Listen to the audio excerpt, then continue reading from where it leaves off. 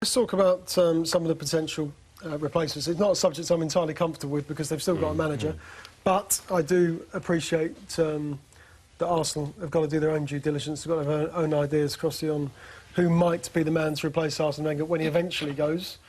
So who's in the frame? Well, I think you've got to look at someone like Tuchel at Dortmund, Max Allegri at Juventus, who I think is interested in the job. I've seen his sort of protestations that he wants to stay, but I do. I think there'd be a lot of managers going for that job. I mean, Simeone, I think, would be interested. Whether he would fit the profile is another thing. I don't think he would.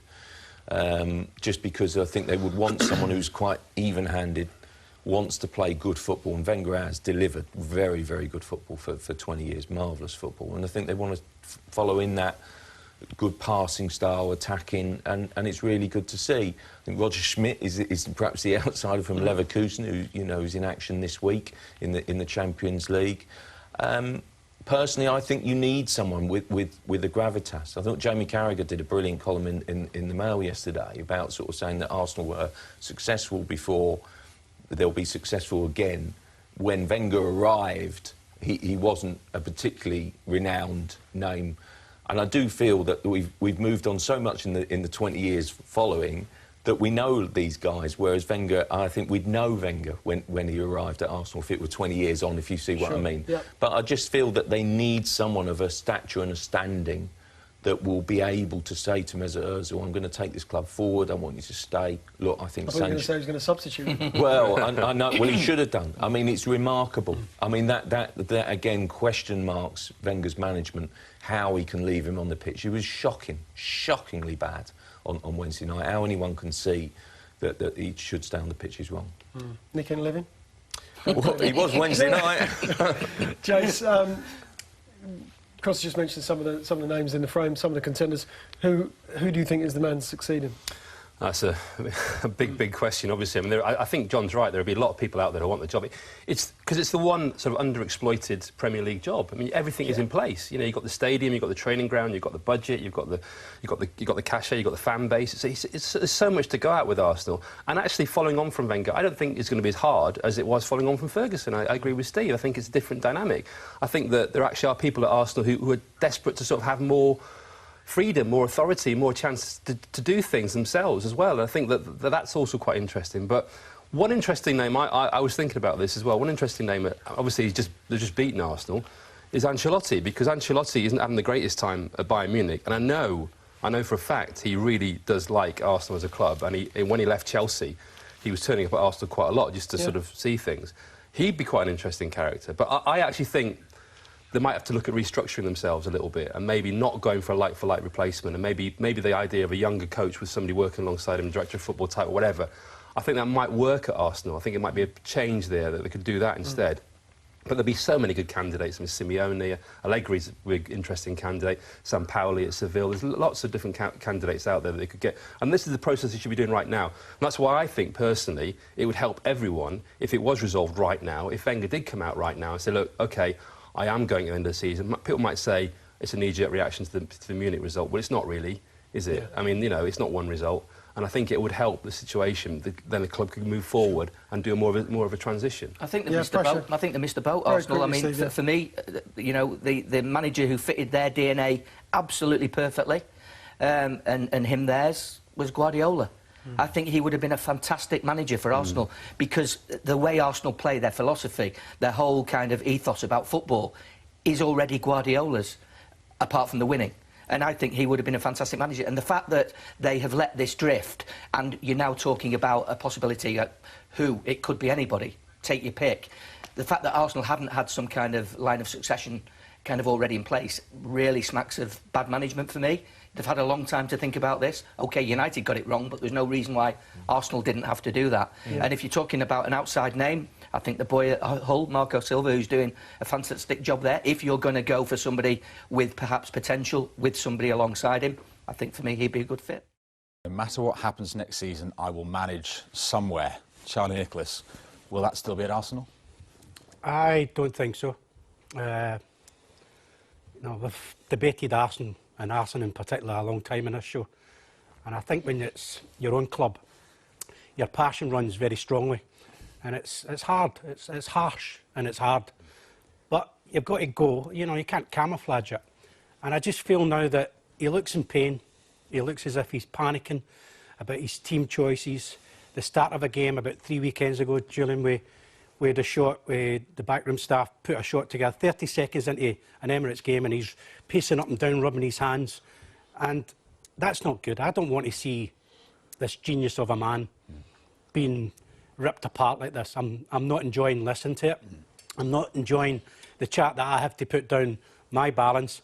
Last season was the first time I kind of turned a little bit to say I think it was time for change. I don't have a problem staying on. He has earned the right to make his decision.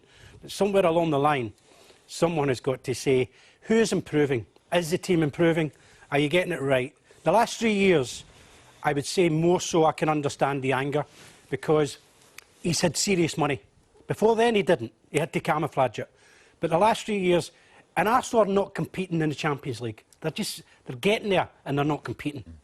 Happy to be there. That's the case now. So it's not a competition that you get excited about. In the Premier League, we finished second last season, but didn't ever look like ever going to threaten to go for it. And it's been like that for too long. And I feel that he's getting far too much criticism, and a lot of the players are getting away with it. And I think it's unfair. I can understand it, and I can understand the pain and anger that Arsenal fans and I am having just now talking about it. But at the same time, I think for his sake, I want him to walk away or leave the club, humility, dignity and the glory that belongs in his office.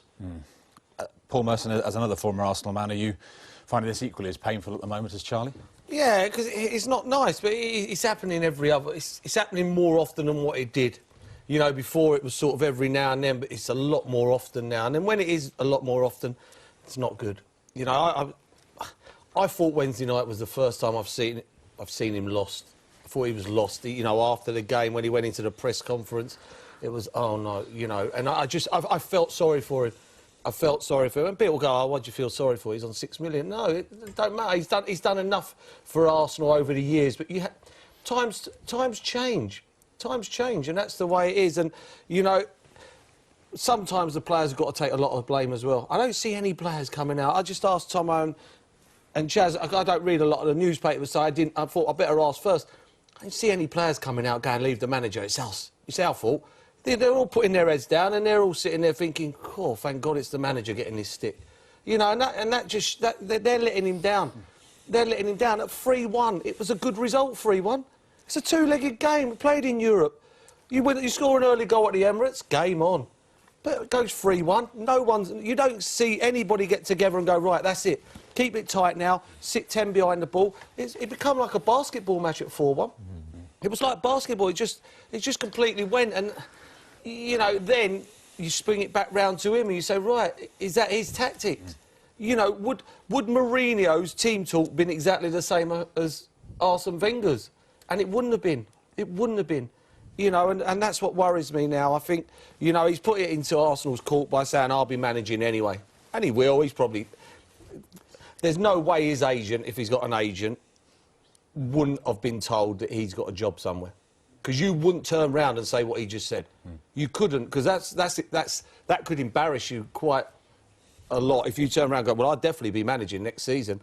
You know, he's been told that he's got a job next season. And I bet you a bottom dollar it'll be a big job. It'll be a big job. He's not like Sir Alex Ferguson. Sir Alex Ferguson has a social life. You know, he'll go horse racing, he plays golf, he's got a big... You know, he gets around, he has a social life. This man, that is his life. That is his life, his Arsenal Football Club. They're his life. And he's put all his life into this, and he won't know anything else to do. You know, if he retired tomorrow, he won't be at Doncaster races next week or York races. I mean, he's football, man. He's football, and he's probably said that and said to Arsenal, well, I'm going to be managing next season, so it's up to you now. You know, it's up to you. But for the first time, you know, I know it's been same old over the last 3 or 4 years.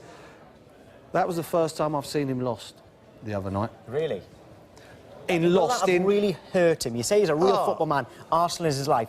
5-1. Especially in that second half against Bayern Munich. How much will that hurt him, the fact that you say he's looking lost? Yeah, of course it will. Of course it will hurt him, and he did. He just, even in the press conference, he sort of went in there on the thought of, I'm in trouble here.